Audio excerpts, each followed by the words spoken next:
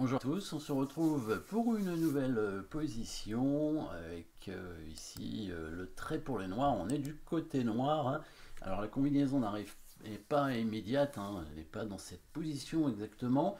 On va regarder ce milieu de partie, dame de tour de fou de chaque côté, 6 pions noirs, 6 pions blancs.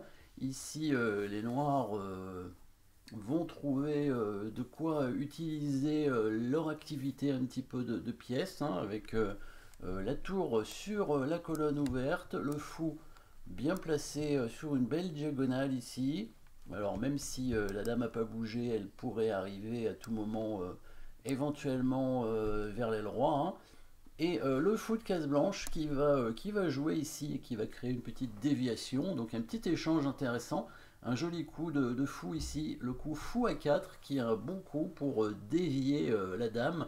La dame qui n'a pas beaucoup de possibilités à part prendre le fou, évidemment, hein, parce que si elle viendrait, si elle vient en D3 par exemple, le fou peut revenir en B5 pour attaquer et gagner du coup le fou derrière. Donc pas le choix, hein, si l'autre case ce serait en E1, mais ça serait clouer le fou blanc, ce qui ferait que il risque d'être perdu parce qu'il va se faire attaquer assez rapidement. x4 bien joué pour dévier la dame et du coup récupérer le fou là-bas en E2 et la tour noire s'active, hein, pour jouer sur la deuxième rangée, toujours très fort. Et ici on reprend pas le fou tout de suite, petit coup intermédiaire avec le petit coup de pion prend C5 bien entendu. Attaquant du même coup, on voit la dame, hein, finalement qui va pas forcément aller sur l'aile roi puisqu'elle vient attaquer une autre pièce non protégée ici, le fou.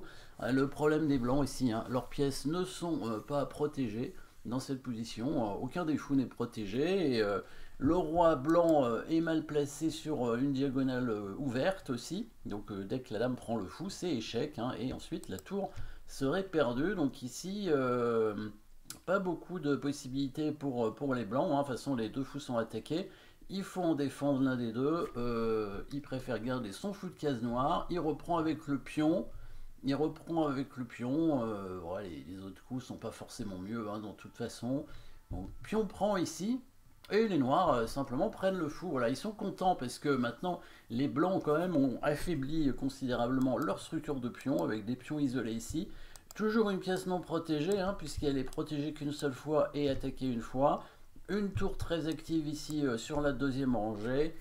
Et là, les blancs n'ont pas beaucoup de bons coups à leur disposition. Probablement, il fallait ramener le fou, à mon avis, en F2. C'était peut-être le coup à jouer.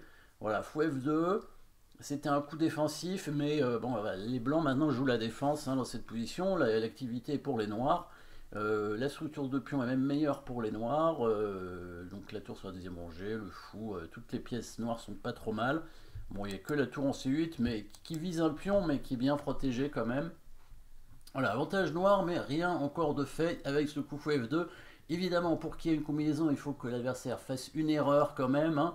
Donc le coup de dame en C4 ici qui menace la tour. Mais en fait, si on regarde bien, n'essayez de pas essayer de trouver la position, n'oubliez pas de mettre la pause éventuellement si vous voulez chercher dans cette position là, évidemment, hein, c'est la position importante puisque c'est ici que va arriver en fait le dernier coup de la partie, parce qu'il va jouer un coup et les blancs vont abandonner directement sans attendre la suite. Il avait perdu une pièce, hein, tout simplement. Vous avez trouvé le bon coup, bien sûr. Et oui, en fait, la dame blanche n'attaque pas la tour, en fait. C'est une illusion d'optique, parce qu'il y a toujours le fou qui n'est pas protégé derrière sur échec, et la deuxième pièce non protégée ici, avec la tour en C3 qui se fait prendre. Donc ici, la dame ne menace rien, et donc on va en profiter pour attaquer la dame et jouer sur la dernière pièce finalement. On avait dit que la tour en C8 n'était pas forcément bien, là elle va être très utile. Et on va utiliser même une autre pièce, un pion, tout simplement, avec le pion en B5. Et oui, très fort coup, parce que le pion C5 est cloué, donc sur la prise en passant, il y a tour prend dame, tout simplement. Sur dame prend tour, il y a dame prend fou, échec, et on gagne la tour, donc ça fait un fou de plus. Sur le coup, on va regarder tous les coups de dame, hein, il faut protéger le fou, hein, obligatoirement. Sur le coup dame D3, vous allez trouver évidemment le bon coup, hein, une petite enfilade, attaque double avec la tour en D2, protégée par le fou. Donc on voit, c'est vraiment toutes les pièces noires qui sont utiles là. Le fou, les 2 tours, la dame, et même ce pion ici en B5 qui est important pour attaquer la dame évidemment. Et on va voir un dernier pion qui va arriver sur le coup dame B4 pour protéger le fou. Alors bien sûr, on peut envisager l'enfilade avec le coup fou D2. Bon, c'est bien sûr un coup correct, mais il y a mieux, puisque on va utiliser cette fois l'un dernier pion, le pion en A5 ici, pour dévier finalement la dame blanche et récupérer le fou de façon forcée, parce que la dame va devoir bouger et le fou va être pris sur échec. Donc là, c'est abandon immédiat, alors que fou D2, peut-être que les blancs pouvaient encore espérer jouer un tout petit peu, même évidemment si la position est quand même très très mauvaise pour eux. A5 est beaucoup plus fort dans ces cas-là. Là, la dame noire qui va prendre le fou en D4 au prochain coup sur échec.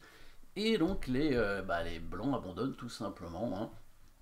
Voilà, joueur avec les noirs, c'était Bent Larsen, grand maître danois qui a joué contre Fischer, qui a joué contre Fischer en championnat du monde, et évidemment, il avait perdu ses 6 parties, et oui, on se souvient de ces matchs de Bobby Fischer, qu'on retrouve derrière, bien sûr, évidemment, vous l'avez vu, il nous regarde, il voit la partie contre Larsen, qui est en train de jouer et qui a gagné sa partie ici contre Nigel Short, grand maître anglais. Merci d'avoir suivi cette position. N'oubliez pas de vous abonner et à très bientôt.